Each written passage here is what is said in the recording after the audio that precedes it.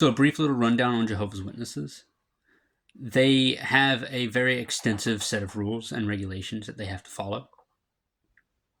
Now, their meeting places are known as Kingdom Halls. You've probably seen one around the area that you live in. And they meet at least twice a week, once on Sunday and once through the week. What they go over within these meetings is normally a pretty well guarded secret. They don't exactly publicly proclaim it. Their Sunday meetings, though, are covered by a song and prayer, followed by a sermon, followed up with another song, followed up with their own Watchtower magazine study. They publish their own they publish their own books, they publish their own magazines, and they study them.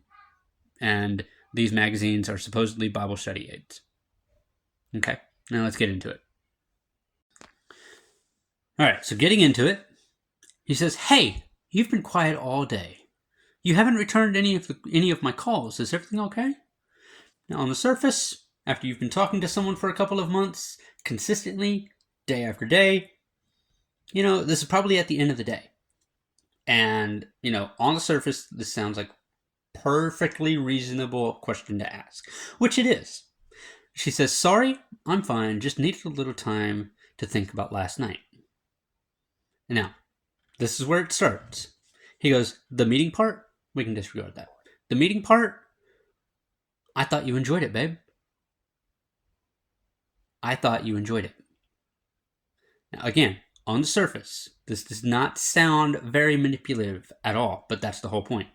He is planting the seed of telling her how she should feel. Okay? 3 rules of manipulation: feeling, thinking, acting. Okay?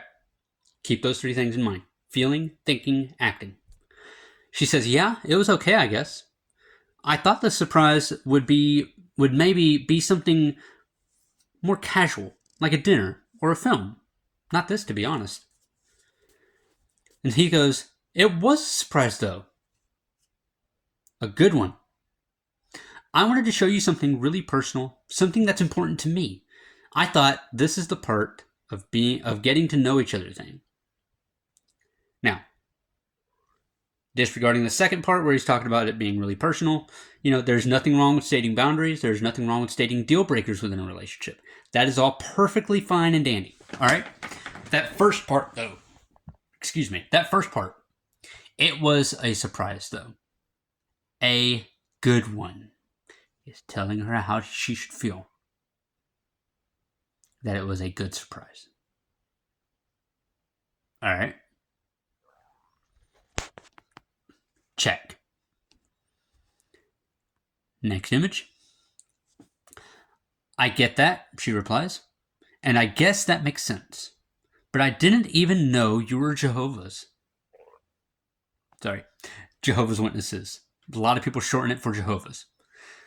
But I didn't even know you were Jehovah's, and you didn't even tell me until you took me there.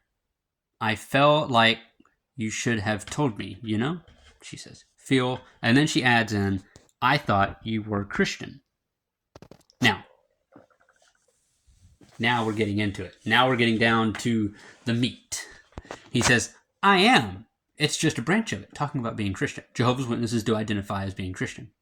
He says, "I didn't mean to hide it. It just never came up naturally. I thought it would be better if you saw it for yourself instead of believing what other people say about it." What other people say about it. I didn't mean to hide it. Yeah, you did. Because if it was really important to you, you would have brought it up, naturally or not. It would have been like, "Hey, by the way, I'm a Jehovah's Witness.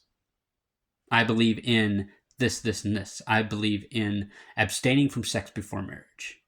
And also, just to let you know, if I'm assuming that they met. I don't know if they met online. I don't know if they met through work. But obviously things started taking a more romantic nature. So as things would have built up, it would have been Like, hey, I'm a Jehovah's Witness. I don't partake in drugs. I abstain from sex before marriage.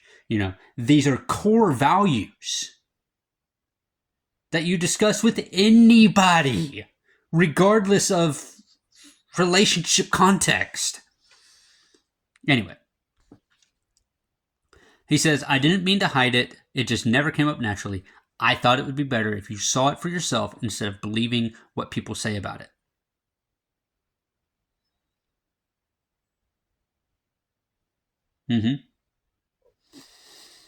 Okay. We're getting there. We're getting there. Just be patient. I mean, we're now he's working on the getting them to think part, telling them what to think. Okay, we're getting into it. You notice how everything is kind of coming in short little layers. We had the feeling part, now we got the thinking part. We got the thinking part now. He's about to tell her what to think because he doesn't want her to do her research and see who Jehovah's Witnesses really are. He wants her to view it from the source, as it were. She says, I don't know, just feel caught off guard. And I didn't know anyone. Okay? He replies with, yes, but you were amazing. Honestly, everyone noticed how warm and kind you are. And they'd love meeting you. She goes, really? I'm not joking, babe. They were all fond of you. She says, thanks, I appreciate it. It's just, I just felt a little out of place, That's because it's a new experience for you, and that's okay. She replies with, maybe I was a little uncomfortable too. Now she's starting to get a little confrontational, which is good. That's awesome. But then he says, you weren't uncomfortable. Really? You just didn't know, and now you do. And the night went great. Wouldn't you agree? Thinking. He is telling her how to think now. Okay. Next image. Here we are. She says, I guess so. See, she's buying into it now. Now he says, here we go with acting. He says, you could have left any time, but you didn't. And that's because you were open to understanding something new. And that says a lot about you, babe. She says, I didn't see it that way, so thank you. He goes, I'm proud of you for giving it a chance. Don't overthink it, please.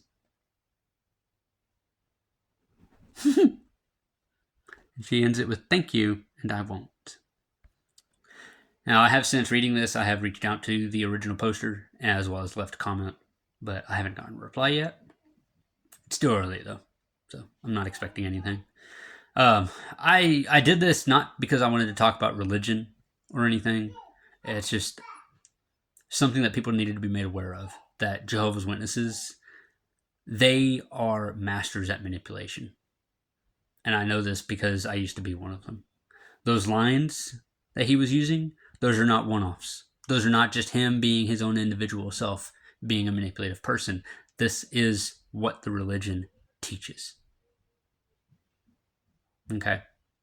They have master classes on being a manipulator. But they phrase it something different, like influencing people to follow God's word or something along those lines. Anyway, if you guys found any kind of value in this, I apologize for the rant and going a little off topic than, fitness. But yeah, leave a comment. Let me know. If you are formerly Jehovah's Witness, of course, you're more than welcome to leave a comment. Get it off your chest. Tell me what your experiences were. All right, guys. I'll catch you later.